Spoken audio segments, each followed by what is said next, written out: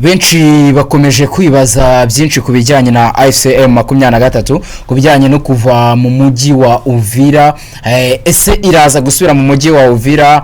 Ese ibyo nanga yatangaje kuri uyu mujyi ni ibiki? Ibi byose ndaje mbikubwire, kandi ndaza kubwira ne byinshi byatangajwe n'abarwanyi ba FDLR, no umutwe w'inyeshyamba ziganjemo basize bakoze genocide yakorewe abatutsi muri Mata 1994 hano mu Rwanda. Byose nibyo nkuzaniye ni The Quick Times News. Nge ndi Benga Oziana, wekisabwa no kubanza ukanda subscribe, ubundi bintu bikagenda neza cyane, nkakubwira uburyo bimeze nka bikuvira imuzi n'imuzingo. Muhaye ikaze.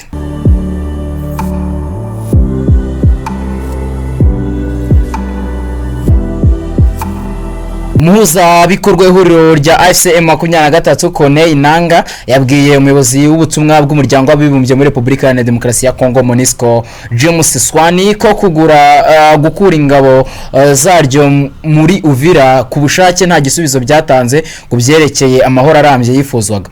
Mu mpera za 2025 nibwo ingabo za ICM 23 zafashe umujyi wa Uvira, ariko ziza kuvamo nyuma yo kubisabwa n'abahuza barimo Qatar na Leta Zunze Ubumwe za Amerika.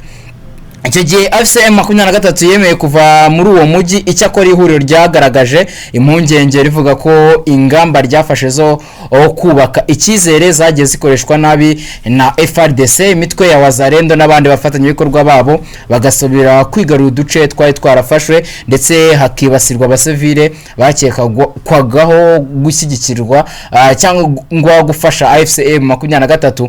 FCM 23 yasabye abahuza gushyiraho ingamba zisobanutse zo gucunga umutekano wa Uvira nyuma yo kuhava no gufata ingamba zirimo gukura intwaro mu mujyi, kurinda abasivili n'ibikorwa remezo by'ingenzi, ndetse no kugenzura gahenge binyuze mu kohereza ingabo zitabogamye.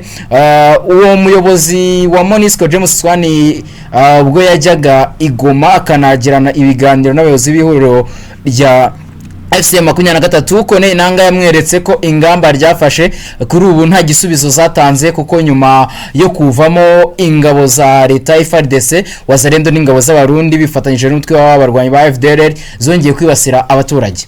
Magambo yagize ati nyuma yo kohereza ubutumwa bwinshi bwo kuburira abahuza barimo Qatar, Amerika n'umuryango wa Afrika yunze ubumwe ku bijyanye n'icwa rikomeje gukorerwa abaturage b'abasivile bo mu bice bya Uvira, Minembwe n'ahandi hahegereye, nta gisubizo gifatika twigeze tubona. Kuba twarikuye muri uwo mujyi mu buryo bwo gutanga amahirwe y'amahoro ntibyatanze impinduka zifatika.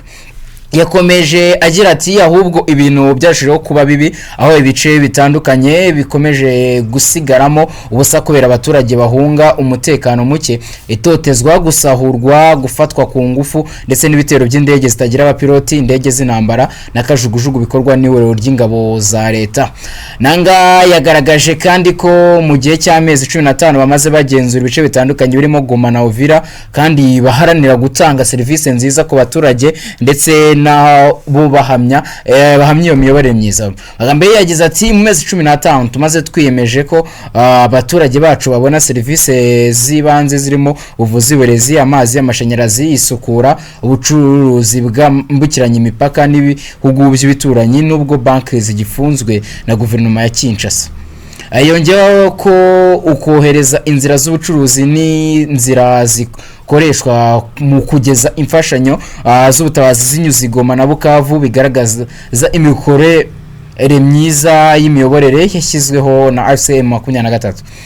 Yagaragaje ko serivisi zose z'abaturage zitangwa mu mutekano, kandi ihuriro kuri we abona riri kugenda rigarura ubuzima, ndetse rikanubaka ibikorwa remezo by'ibanze. Yongeyeho kandi ko abakozi ba MONUSCO, abakozi b'umuryango w'abibumbye, ndetse n'umuryango mugari w'abatanga imfashanyo bari muri Goma mbere y'uko FCM 23 yafata bashoboraga kwemeza itandukaniro riri hagati y'uko ibintu byari bimeze mbere n'uko bimeze nyuma y'uko FCM 23 ifashe umujyi. Hano icyo bwongereho kura iki gika cyanyuma dusorejeho, anga yashaka kugaragariza noneho abakozi umuryango w'abibumbye ndetse na MONUSCO ndetse n'umuryango mugari w'abatanga imfashanyo bari muri Goma, ariko babwira ko iyi Goma ubari bwari nziza kurusha igihe yari iri mu maboko ya Leta ya Kinshasa. Avuga ko hakozwe igereranywa rya mbere yuko AFC 23 yinjira muri uyu mujyi n'umujyi irimo, usanga umujyi kugeza ubu ari itandukaniro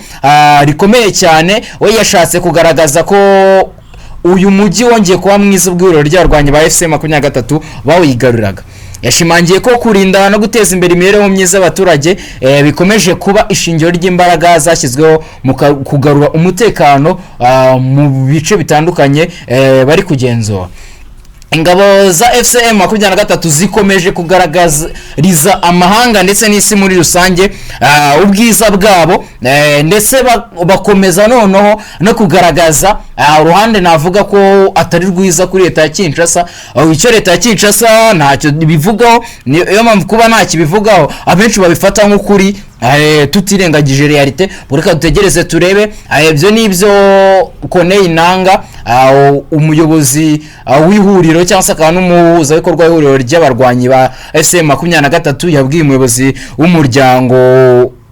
w'ubutumwa bw'umuryango w'abibumbye muri Repubulika Iharanira Demokarasi ya Kongo MONUSCO James Swan kubijyanye no gukura ingabo zabo muri Uvira. Babwira ko ubushake bwabo nta gisubizo byatanze mu bijyanye n'amahoro arambye. Mbona ko AFC 23 noneho bigeze ishobora kuba iri kuregrita cyangwa se iri kwicuza amahirwe yahaye leta ya Kinshasa yo kuba yava mu gace yafashe. Ubwo gutegereza tukareba. Ikindi nabasezeranyije ko nabwo ngiye kubabwiraho, FDLR na Nyatura baradufataga bagashaka kutujyana kubafasha kurwana ngo turi abanyarwanda. Wanze kubiyungaho bakamutwara mu ijoro nitumenya aho bamutwaye, ariko nyuma bakatubwira ko bishwe.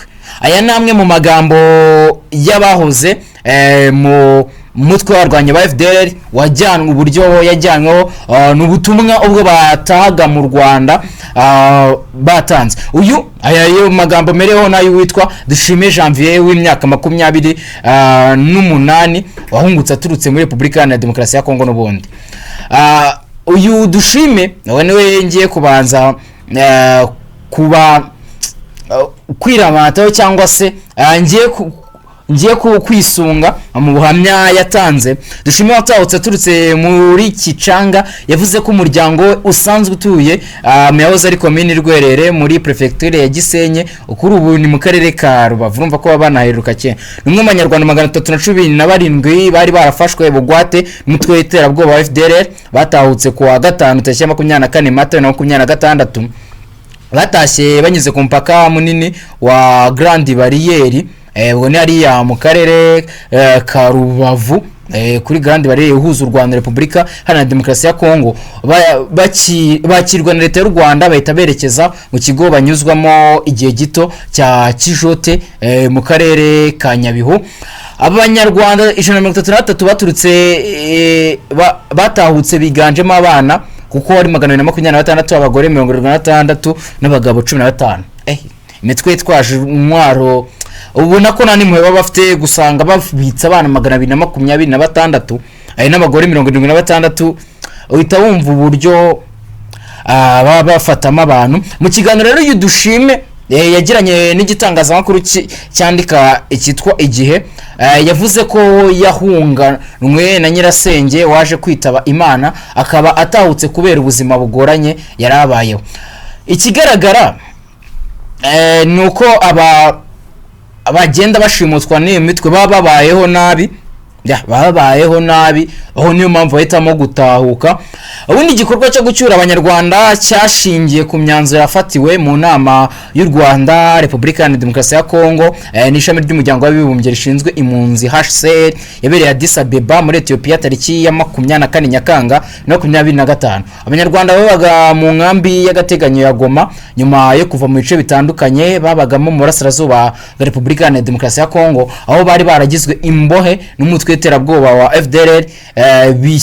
Barefashe bashyikiriza HCR kugira ngo ibafashe gutaha mu gihugu cyababyaye.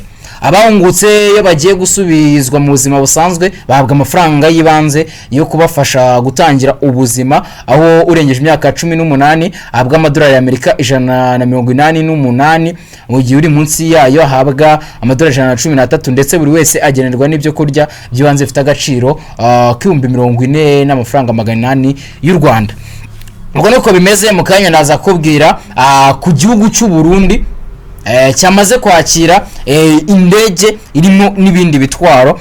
Yo ni amakuru tuba tujyamye hano kuri The Quick Times News. Wowe icyo usabwa no gukanda kuri subscribe, ubundi mu kanya gato nkaza nabwo muhandi makuru breaking utasanga ahandi. Wowe kanda subscribe tujye dukomeza kubana umunsi ku munsi. Turakunda cyane, amahoro n'imigisha Nyagasani atanga bikomeze bibane namwe. Gahunda za The Quick Times News zibanogere, kandi gahunda za The Quick Time Sport ku bakunda sport namwe zibanogere, bonaho mujye mu kandi kuri subscribe.